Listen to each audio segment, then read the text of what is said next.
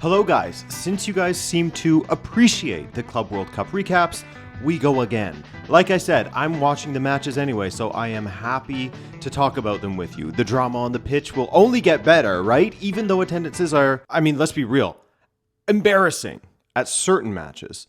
Shout out to FIFA for their work.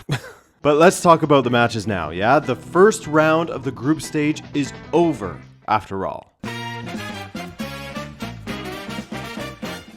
Okay, so the second half fizzled out ever so slightly between Dortmund and Fluminense, but that first half, Gregor Kobel saved Borussia Dortmund, as Fluminense, similarly to Palmeiras in some ways, just couldn't find their finishing and really should have been ahead of Dortmund. That continued in the second half as well, as Fluminense looked great coming down that left flank especially, which they seemed to be targeting for the most part, wanting to come up against Sule and Ryerson, who was getting forward and leaving a little bit of space to attack. But John Arias, on the other side, was also a big problem. But overall, I think the biggest winner here was the Fluminense backline.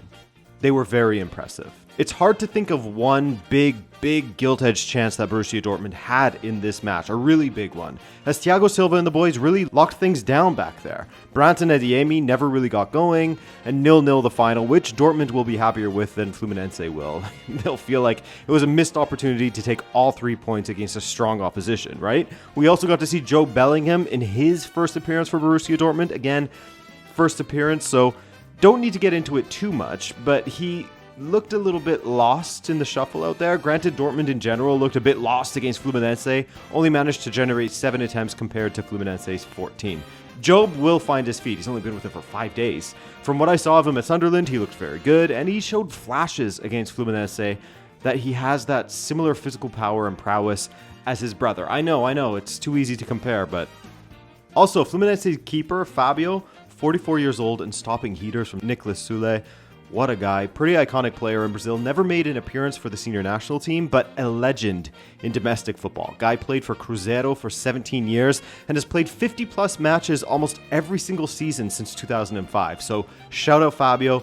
Unbelievable longevity in this handsome bastard. Man, the pain of this match, both because of the delay, which is painful in its own right, but also for the worst attendance for a football match that I've seen. A professional football match, that is. This had COVID behind closed doors vibes. I went to a Canadian Championship game once back in the day between Montreal and FC Edmonton that had 6,000 people in it, and it felt weird.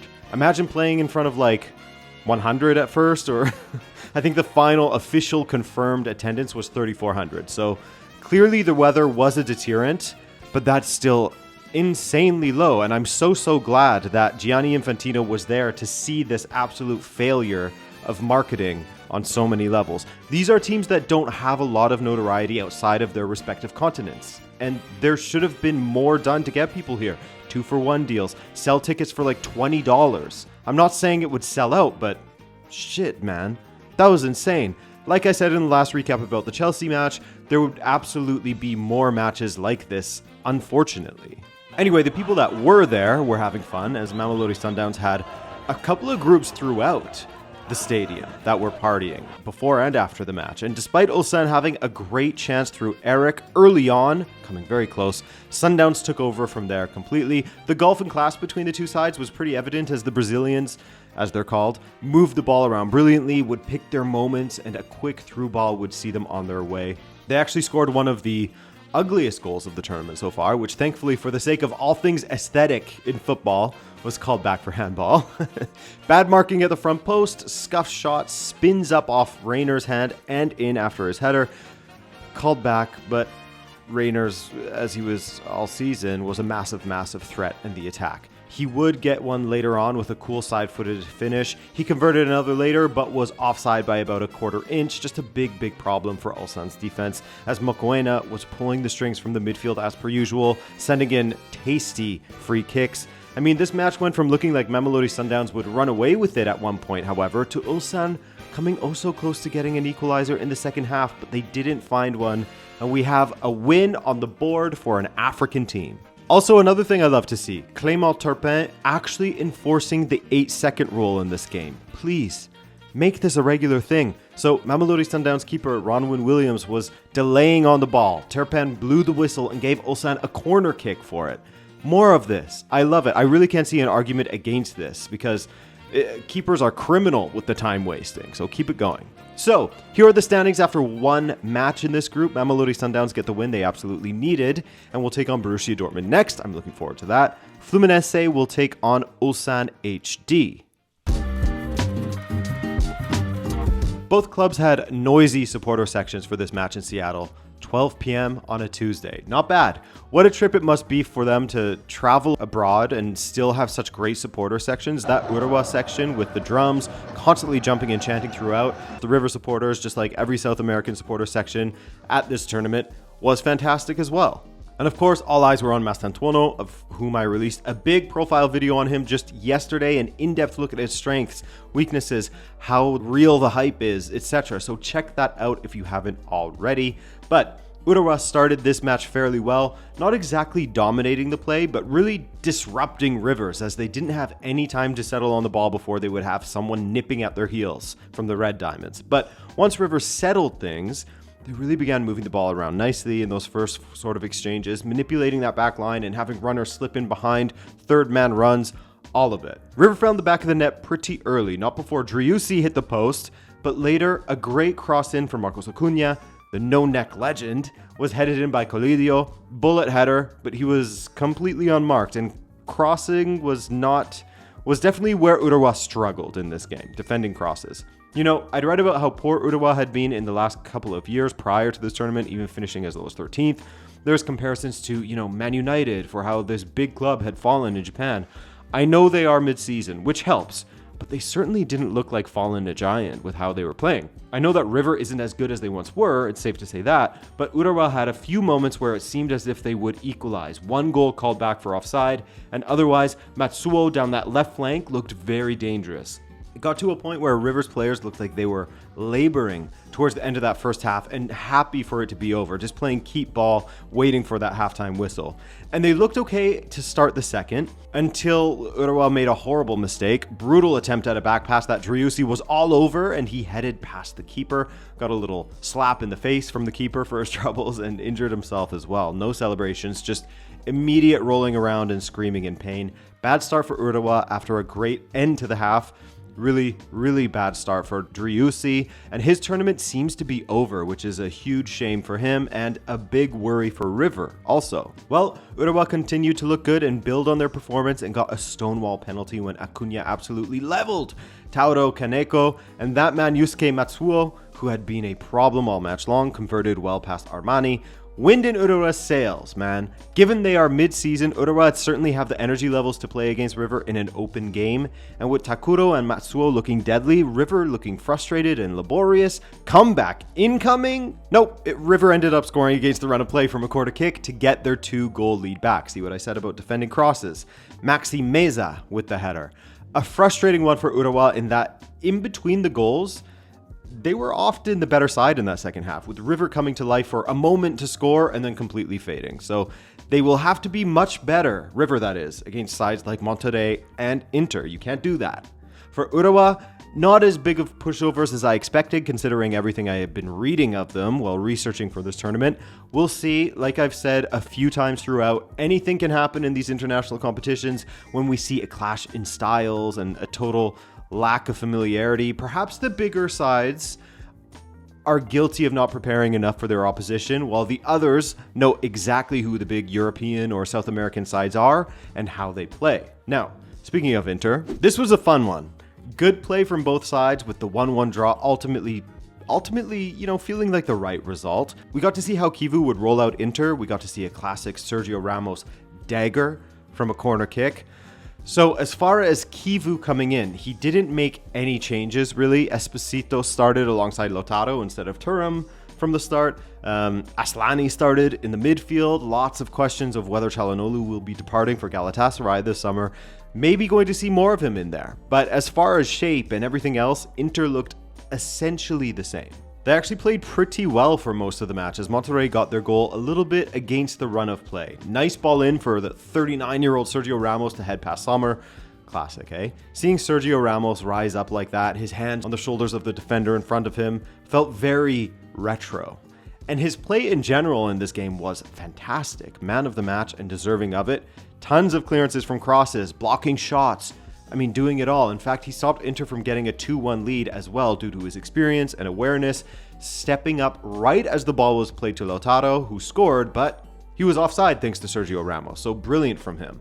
Now, for Inter's part, they probably should have had more goals, but they got their first through Lautaro, smart free kick, just chipped in behind from, I believe, Aslani, then squared by Carlos Augusto, so things went into halftime all level. But Inter really should have been ahead at the half. Darmian with a big miss. Esposito missed from the doorstep as well. They could have had like a 2 or 3-1 lead. That continued in the second half as well. Lautaro with a really bad miss in the 77th minute, usually more composed than that. So credit to Monterrey for sure. They did their part defensively, but Inter leaving this one with a lot of regret as they should have won it. In fact, around the 65th or 70th, Monterrey had a good run as well, as Inter looked poor. Thuram especially, who came on in the second half, and it looked like he was playing injured or something with the way that he was moving. Guy looked off. So River Plate lead this group after the win, and they will face Monterrey next, which should be a fun game to watch. Always love when we get to see a Mexican side against a CONMEBOL side. Inter, they take on Urawa in a match they should have no problems with, but we'll see. They also look like they're really out of energy, as we saw towards the end of the European season anyway, so it can only get worse. This was a fun one, man. Wydad, who'd finished in third in Morocco this past season, really showed zero fear against City, and were outplaying them at times in that first half. So it was a City lineup that was a bit rotated, right? But these are all players who were featured heavily with City in the past and have UCL and Serie A experience in Reinder's case, who is very good, by the way. There were a few chances that Wydad dug up in the first half that should have seen a goal if not for a better final ball or a cleaner finish or a big save from Ederson. Also, always great to see Nordin Amrabat, eh? I typically get used to just seeing him every 4 years. Nice to see him out there. And he played a few dangerous balls as well. Also, Thembinkosi Lorch on loan at Wydad from Mamelodi Sundowns. What a player, man. Fantastic out there against City. But for City, they took the lead just 2 minutes in when Phil Foden jumped on a rebound. His first goal since January, actually, so he needed that. He should have had a second if not for an incredible save from Wydad keeper Elmedi Benabid. But they would get a second shortly after due to some poor defending from a corner kick. Foden whips it into the back post and Doku got on the end of it. Wydad defender was on some sleepy stuff out there. In the second half, Man City seemed to completely take control as we saw Rodri come onto the pitch, as well as Haaland and some others, and suddenly Wydad looked like they didn't know how to transition from defense to attack anymore. They couldn't find their attackers no matter who they put out there, and every through ball was cut off by Ederson. 2-0 the final. City eased to victory in the end after Wydad looked dangerous in the first half. Oh, Enrico Lewis was sent off. Weird one for him, as it looked as though his leg bounced off the ground and then off the leg of the late arriving Wydad player. Harsh red, in my opinion. A little common sense should have been applied there, as the Wydad player was never going to get to the ball. Lewis played it normally, and then the outcome, due to the Wydad player diving in late, was that he got a boot deflected into his face. Good morning, guys. Okay, so first of all, hello Rui Patricio. Didn't even realize that you had left Atalanta for El Ain. Good to see ya. So Juve with a strong turnout, as you can tell by the score, right? And this was to be expected, as they were playing the team that actually finished in 5th in the United Arab Emirates Pro League. And if we learned anything, it's that their defending was certainly deserving of 5th place in the UAE League. Some incredibly optional defending. However, by the way, pardon my voice, it is the morning. Very early in the morning. You know how sometimes the ball just refuses to go in, right? The opposite was happening for Juve. Juve was having a passage of play in that first half where every shot was going in. At 3-0, they had 3 goals from 5 attempts. An unbelievable stretched header from Kolumuani, a deflected strike from Conceição, and a banger from Kenan Yildiz. So everything they were touching was turning to gold at that time. However, they were getting into good positions due to how crap the Al Ain defense was, which happened again for 4-0 at the half. Kolumuani getting in behind, slick finish with the outside of the boot. Very, very nice from him. Tidy stuff. Not gonna lie, I fell asleep while the second half was going. I think that was my body just kind of saying to me, it's okay, buddy. You don't need to see the rest of this one. It's okay to catch the highlights in the morning. Chico Conceição getting his second, the fifth on the night, which ensured that Juve are first in Group G thanks to goal difference, and they will take on Wydad next before their final match of the group against Manchester City. Expect both of them to already have their places secured by then. And so we finally got to see Real Madrid under Xabi Alonso, and with a couple of additions such as Trent, as he just goes by Trent, which makes sense to be honest. It's annoying having to say Alexander-Arnold all the time. And Dean Howson, no Mbappe from the start as he had a flu after meeting some fans in Miami apparently. But it was Al Hilal who were far more impressive in the first 30 minutes or so and probably should have had a goal in that stretch. They came close through Malcolm, I think it was, or maybe Renan Lodi, one of the two. Ball fizzed across goal and was deflected wide. They also put the ball in the back of the net, but were offside. But as always is the case when facing Real Madrid, you must take your chances, as we have some trivia here. The first goal scorer in the Xabi era of Real, Gonzalo Garcia, and he put in some great work. Trent with a nice pass to him as he dropped very deep, which kicked off a rapid attack that saw Vinicius find Valverde, and Valverde play wide to Rodrigo, and his ball through the crowd to Gonzalo Garcia, who scuffed his finish, but it worked, 1-0. Nice pattern to play there. Impressed with how Garcia dropped deep like that to allow Vinicius to stay high. Also, his movement in general was quite good in this match, and his aerial ability. He could have had another chance shortly after with a nice through ball from Bellingham. Good run from Garcia, but a heavy touch took the danger away. But he was dangerous throughout this match. Raul Asensio made a hash of things first with the miscontrol, then in grabbing onto Marcos Leonardo when he didn't need to, giving up the penalty, and Ruben Neves usually makes the most of those, as he did in the UEFA Nations League final. 1-1 right before the half. Really even in open play between the two sides, not much between them. What I can say is that the early days of this backline, consisting of two new signings in Trent and Howson, and two young guys in Fran Garcia and Asensio, they were having real difficulty with Al Hilal's attackers. Just in general, Real Madrid at times looked like statues out there in the first half as Al Hilal moved the ball around them, such as when Salem Al-Dessari, the guy who loves a big occasion, played a nice give and go and just curled it wide before the half. But Real came out quickly in the second half, with Güler being brought on for Raul Asensio, with Fede dropping a bit deeper in the midfield and Tchouaméni dropping into the back line so that Güler could play in that more advanced midfield position, in that inside right channel mostly. And Güler hit the bar immediately. Garcia forced a huge save out of Bono right after, probably would have been offside, but still, better from Real in that time and more impressive moments from Garcia. Overall, there was a slight improvement, namely that Al Hilal's times to attack were lessened greatly in the second half. That midfield change, having Güler out there and Bellingham pushing up a bit more as well, really kept Real Madrid on the front foot. Now, the penalty, a bit of a bitter one for Al Hilal, but ultimately you got to look at it as this. Would that have been a foul anywhere else on the pitch? Yes, for sure it would be. Intention or not, right? Was it on purpose? No, of course not. Was it a foul? Yeah. But Valverde's poor penalty was saved by Bono anyway, so no blood. Except for that on Fran Garcia's lip. Would have been a crap way to lose. I was feeling bad for El Khatani in that moment. Very, very unlucky. So that match ended as a draw and blows this group wide open, doesn't it? Wow. Pretty entertaining match, actually. Super open between Pachuca and Salzburg in this Cincinnati match. And after each side coming close so many times, each side taking turns applying pressure, it was Gluck who sent Figueroa for a hot dog while he curled the ball into the far post. Excellent goal from him. He was looking dangerous all half. But all of this considered, Pachuca's defense was doing well to not allow the fast RB Salzburg attackers in behind them. Many of Salzburg's attempts were from the outside of the box. For their part, though, Rondon was finding space in the box for Pachuca and came close. He hit the crossbar, just hitting one wide. They were working that back line, and Zawashitsky in goal for RB Salzburg was a busy man. Great performance from him. Okay, there was a weather delay, so I've watched up to that. I'm filming now because I can't wait, so editor Adrian will take care of the rest, okay? Cool.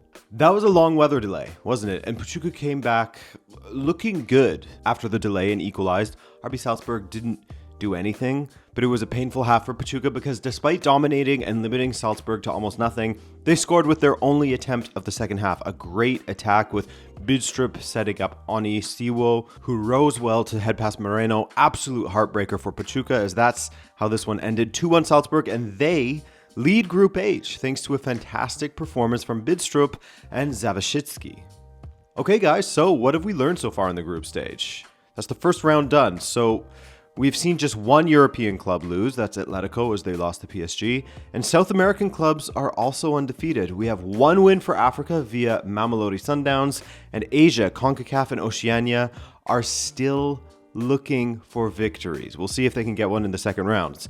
Now, some interesting games today, guys. Curious to see how Seattle does against Atletico, but as always, I want to thank you guys for watching. I appreciate you, and I'll see you in the next video, which should be, it's Thursday today, which should be Saturday, okay? Bye.